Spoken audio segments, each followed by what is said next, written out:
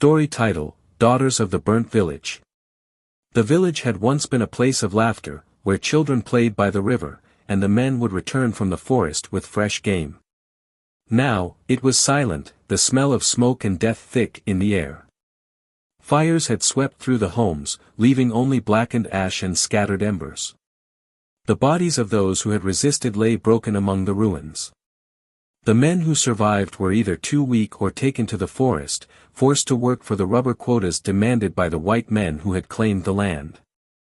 But amidst the destruction, 4 women stood together, their eyes hardened with a fire that could not be extinguished. They had lost everything, their families, their homes, and the lives they once knew, but they had not lost their will to fight. They knew they had to do something. There was Titi, strong and tall, whose husband had been one of the first taken by the soldiers.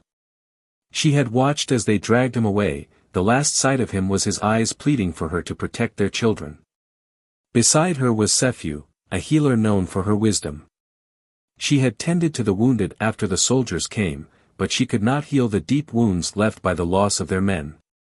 Abani, the youngest, had no children of her own, but she had seen her brothers decapitated in front of her, their heads displayed as warnings to anyone who dared disobey. Finally, there was Zawadi, who had once been known for her beauty but now bore the scars of war, both inside and out. The 4 women knew they could not simply wait for the soldiers to return.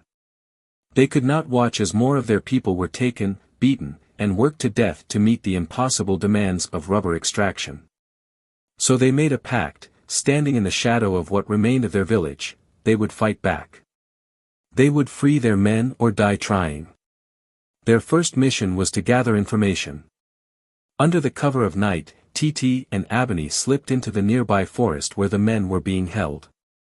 Hidden behind the trees, they saw their brothers and husbands with chains around their necks, hauling sacks of rubber from the trees. The soldiers barked orders at them, their whips cracking in the air when someone moved too slowly. The sight hardened their resolve. Sephu and Zawadi, meanwhile, gathered herbs and medicines.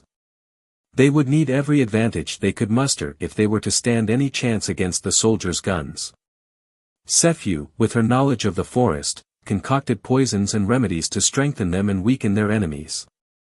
Zawadi, once admired for her grace, trained herself in the art of stealth, slipping through the jungle unnoticed, her senses attuned to the slightest movement.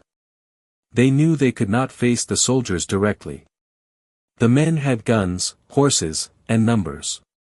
The women had only their wits, their knowledge of the land, and their burning hatred for the oppressors. But hatred, they knew, was not enough. They would need to be clever, to strike in the shadows.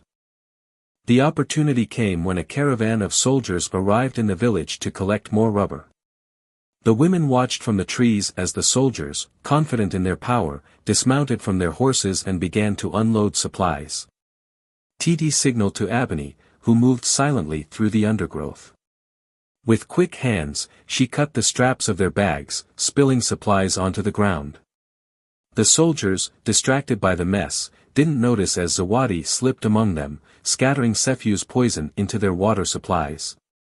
That night, as the soldiers began to feel the effects of the poison, dizzy, weakened, and confused, the women struck. Titi, armed with nothing but a sharp blade, led the charge, slicing through the night air like a vengeful spirit. The soldiers, caught off guard and too weak to fight, fell one by one. The women freed the men from their chains and led them into the forest, far from the reach of the white men's whips. But the battle was far from over. The soldiers would return, with reinforcements, and the punishment for rebellion would be swift and brutal. Titi knew that they couldn't stay in the jungle forever. They needed to rally the other villages, to unite those who had also suffered under the rule of the white men.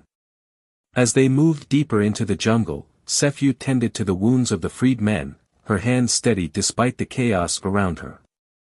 Abani and Zawadi scouted ahead, always alert, always aware that danger could come at any moment. The journey was long and fraught with danger, but with every step they took, the women grew stronger, their bond unbreakable. They were no longer just survivors of a burnt village.